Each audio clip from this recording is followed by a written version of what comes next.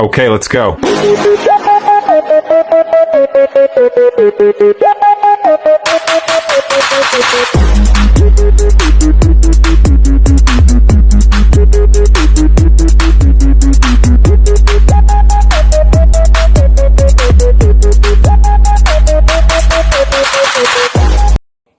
Hi friends, happy Vishu. അപ്പോൾ ഞാൻ ഇന്നൊരു പുതിയൊരു വീഡിയോ ആയിട്ടാണ് വന്നിരിക്കുന്നത്. ഞാനേ നമ്മുടെ ഡെയിലി ഡീലേഴ്സിൻ്റെ ഒരു വിഷു സദ്യ വാങ്ങിച്ചായിരുന്നു. 4 പേര് 3 പേരൊക്കെ കഴിക്കാൻ പറ്റുന്നതാണ് അവർ പറയണം. ഫാമിലി പാക്ക് എന്നാണ് എഴുതിക്കണം. അതിലെന്തൊക്കെയുണ്ട് എങ്ങനെയൊക്കെയാണെന്നുള്ളത് നമുക്കറിയത്തില്ല. അപ്പം ഞാനും എൻ്റെ കുരുത്തം കെട്ട മോനും കൂടി ഇതൊന്ന് അൺബോക്സിങ് ചെയ്യാൻ പോയണേ. അപ്പം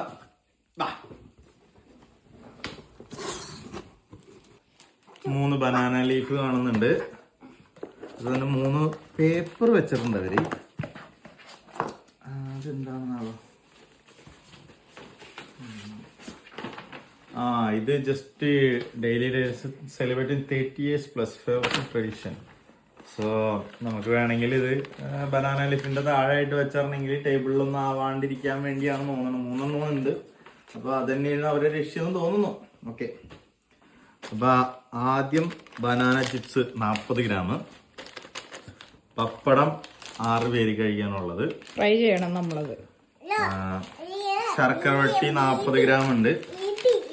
അപ്പൊ അത് ഞാനിങ്ങനെ മാറ്റി വെക്കുകയാണ്. ഓക്കെ, സാമ്പാർ 300 ഗ്രാമിന്റെ, കൂട്ടുകറി 200 ഗ്രാം, പരിപ്പ് കറി 150 ഗ്രാം, അങ്കമാലി മാങ്ക കറി അത് 150 ഗ്രാം, ഓലൻ, ജിഞ്ചർ കറി, ലെമൺ പിക്കിൾ, മാംഗോ പിക്കിൾ. ഞങ്ങളുടെ നാട്ടിലൊക്കെ ജിഞ്ചർ കറി എന്നല്ല ഇഞ്ചിപ്പുളി എന്നാണ് പറയുന്നത്. ഇതിനാ പലയിടത്തും പല പേരായിരിക്കും. സോ ഒന്നും പറയാനില്ല നമുക്ക്. ലവന, ഇതിന്റെ താഴെ എന്താണ് നോക്കാം. മുകളിലത്തെ തട്ട് നമ്മൾ തുറന്നു. താഴത്തെ തട്ടിൽ എന്താണ് ഉള്ളതെന്ന് നോക്കാം. പായസം, കറികൾ.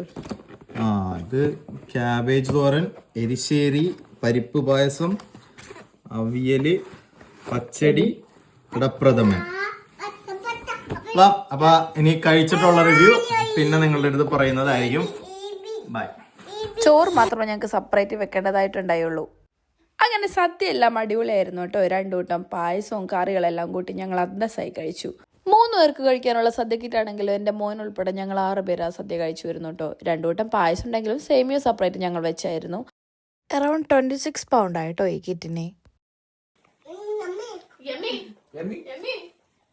നമ്മൾ പച്ചക്കറിയും സാധനങ്ങളെല്ലാം വാങ്ങി കുക്ക് ചെയ്യുന്നാൽ എന്തായാലും ഇതിൻ്റെ ഡബിൾ എമൗണ്ട് നമ്മുടെ നിന്ന് ചിലവാകും. അപ്പോൾ അത് വെച്ച് നോക്കുമ്പോൾ ഇത് ലാഭമാണ്. അപ്പോൾ ഇനി മറ്റൊരു വീഡിയോ കാണുന്നവരേക്കും ബൈ ബൈ. അപ്പോൾ ചാനൽ സബ്സ്ക്രൈബ് ചെയ്യാത്തൊരു ചെയ്യുകയാണ് കേട്ടോ.